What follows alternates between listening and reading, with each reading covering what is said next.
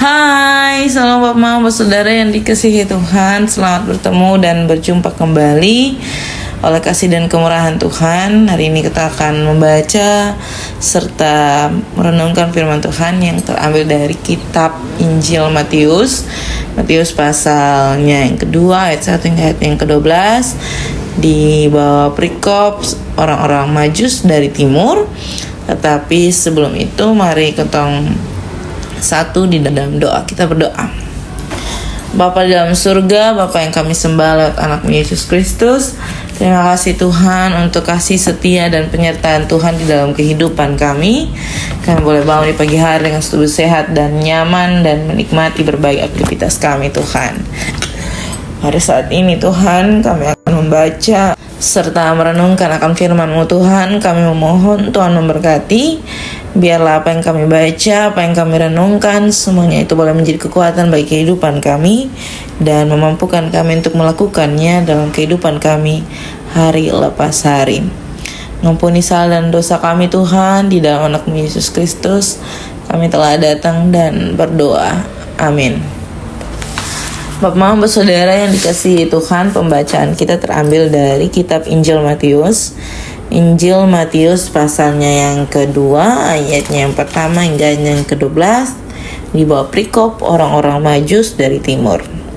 Sesudah Yesus dilahirkan di Betlehem di tanah Yudea pada zaman Raja Herodes, datanglah orang-orang Majus dari timur ke Yerusalem dan bertanya-tanya, "Di manakah dia, raja orang Yahudi yang baru dilahirkan itu?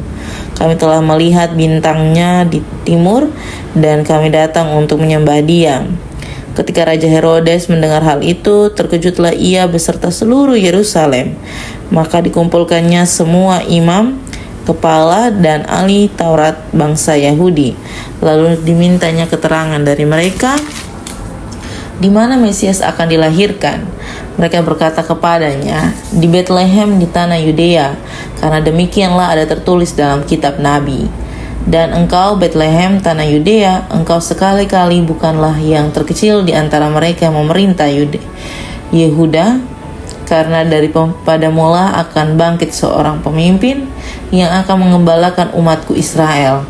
Lalu dengan diam-diam Herodes memanggil orang-orang Majus itu dan dengan teliti bertanya kepada mereka, "Bila mana bintang itu nampak?" Kemudian ia menyuruh mereka ke Betlehem, katanya, "Pergi dan selidikilah dan dengan seksama hal-hal mengenai anak itu, dan segera sesudah kamu menemukan dia, kabarkanlah kepadaku supaya aku pun datang menyembah dia." Setelah mendengar kata-kata raja itu, berangkatlah mereka dan lihatlah bintang yang mereka lihat di timur itu mendahului mereka, sehingga tiba dan berhenti di atas tempat di mana anak itu berada. Ketika mereka melihat bintang itu, sangat bersukacitalah mereka. Maka masuklah mereka ke dalam rumah itu dan melihat anak itu bersama Maria, ibunya. Lalu sujud menyembah dia. Mereka pun membuka tempat harta bendanya dan mempersembahkan persembahan kepadanya, yaitu emas, kemenyan, dan mur. Dan karena diperingatkan dalam mimpi supaya jangan kembali kepada Herodes, maka pulanglah mereka ke negerinya melalui jalan lain. Demikian juga akan firman Tuhan yang dikatakan berbahagia adalah setiap kita yang tidak hanya membaca, mendengar, tetapi bersungguh-sungguh mau melakukan dalam kehidupan kita hari lepas hari. Shalom Bapak Mama Saudara yang dikasihi Tuhan, selamat bertemu dan berjumpa kembali. Hari ini kita membahas dari kitab Injil Matius tentang orang-orang Majus dari timur. Dan kita juga dituntun oleh tema memberi dan menyembah sang raja. Bapak Mama Saudara yang dikasihi Tuhan, berbicara tentang 3 orang Majus ini, kita dengar ini cerita ini adalah sebagai cerita yang sangat legend ya. Cerita dari sekolah minggu sampai kepada tahap sekarang ini. Dan berbicara tentang orang-orang Majus ini, kita selalu dengar pun cerita tuh saat-saat sebelum masa kelahiran Tuhan Yesus. Jadi di tanggal 24, 23, 22, 21 pasti kita akan mendengarkan cerita tentang 3 orang Majus ini. dan pemberian mereka akan sangat-sangat berkesan di dalam ketempung hidup, bahkan kotong bisa mengingat sampai saat ini, yaitu emas, kemenyan, dan mur. Ketiga lambang ini sebagai lambang pemberian mereka kepada Yesus Kristus yang telah lahir ke dunia sebagai Raja. Dan ini pemberian yang dianggap sangat-sangat mahal yang dong berikan karena dong anggap bahwa Yesus Kristus adalah Raja dalam dunia ini. Tentu pemberian ini juga menjadi satu tanda di mana mereka menyembah Sang Allah. Kenapa saya bilang seperti itu? Bapak saudara yang dikasihi Tuhan, kalau kotong ngomong soal memberi, kotong selalu memikirkan tentang finansial, tentang uang, dan hal-hal yang berkaitan dengan uang, makan, dan sebagainya. Tetapi bagi saya, memberi itu bukan hanya soal itu. Memberi juga adalah soal bagaimana kita membagi berkat dengan orang lain, tentang ilmu pengetahuan yang kita ketahui, tentang ketempung talenta-talenta yang lain, tentang hal-hal yang basic, yang dasar di dalam kehidupan, tentang menasehati dan sebagainya. Jadi bukan soal finansial saja, tetapi soal hal-hal yang lain yang ketong tahu bahwa ketong punya talent di situ, dan ketong memberi, dan ketong menjadi berkat dimanapun ketong berada. Itu salah satu bentuk di mana ketong menyembah Sang Raja. Orang-orang Majus itu menjadi satu contoh yang nyata bagaimana mereka menunjukkan peribadahan mereka. Jadi ketong bukan hanya omong-omong orang Majus saat Yesus lahir saja, tetapi dong juga menjadi contoh bagaimana peribadahan itu dilakukan.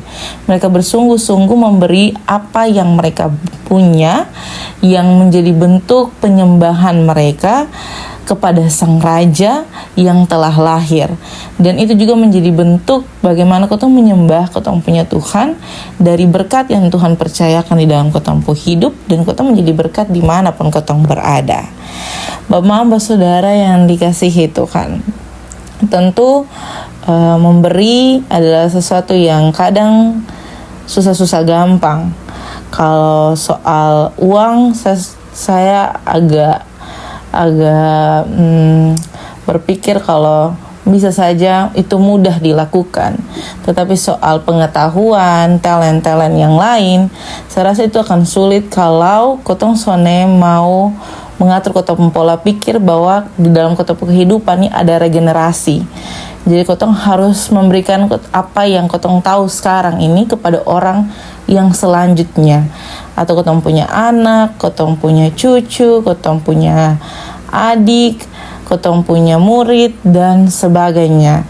Kotong pun jemaat, dan sebagainya.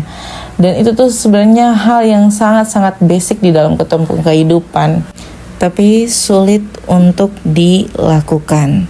Bapak saudara yang dikasihi Tuhan, mari kita belajar dari 3 orang Majus ini, 3 orang Majus dari timur ini yang memberi emas, kemenyan, dan mur yang terkenal sampai saat ini, sampai pada masa kita saat ini. Dan pemberian itu menjadi salah satu bentuk penyembahan mereka kepada Sang Raja, dan mempresentasikan bagaimana mereka betul-betul mengenal Yesus Kristus Sang Raja itu, dan harus membawa yang terbaik untuk Yesus. Dan apa yang kotong punya saat ini, mari kita memberikan kepada setiap orang yang ada di sekitar sebagai bentuk mempresentasikan pengenalan kita terhadap Allah itu sendiri. Selamat menjadi berkat dimanapun Bapak Mama Saudara semua berada. Tuhan Yesus senantiasa mencukupkan dan memberkati kita. Amin untuk firman Tuhan. Kita akan menutup perenungan pada saat ini dengan menyatukan hati dan pikiran kita di dalam doa. Mari kita satu hati di dalam doa. Kita berdoa. Bapa di dalam surga, Bapa yang kami sembah lewat anak-Mu Yesus Kristus, terima kasih Tuhan untuk kasih setia dan penyertaan Tuhan di dalam kehidupan kami. Kami bersyukur untuk kasih dan penyertaan Tuhan. Kami senantiasa diizinkan Tuhan untuk membaca serta merenungkan akan firman Tuhan. Pada saat ini Tuhan, kami memohon di dalam tangan dan pengasihan Tuhan, Tuhan senantiasa mencukupkan kami dengan berkat, agar apapun yang Tuhan firmankan dapat kami senantiasa melakukan dalam kehidupan kami. Terlebih kami boleh menjadi berkat dimanapun kami berada, Tuhan. Bapa dalam surga, pada saat ini juga kami mendoakan pribadi lepas pribadi kami di dalam tugas, tanggung jawab, pekerjaan, pelayanan, suami, istri, anak-anak kami, orang tua kami, opa, oma, cucu kami, pendidikan anak-anak kami, studi, skripsi, tesis dan sebagainya, pekerjaan kami yang mencari pekerjaan, kami taruh dalam tangan dan pengasihan Tuhan. Tuhan senantiasa memberikan kami kekuatan, kecukupan, berkat dan kesehatan. Biarlah di langkah-langkah kehidupan kami terus melihat Tuhan adalah Tuhan yang baik, dan kami terus berkarya melalui segala sesuatu yang Tuhan percayakan dalam kehidupan kami. Bapa dalam surga, pada saat ini juga kami mendoakan setiap kami yang mengalami sakit, penyakit, mengalami sukacita maupun yang mengalami duka cita.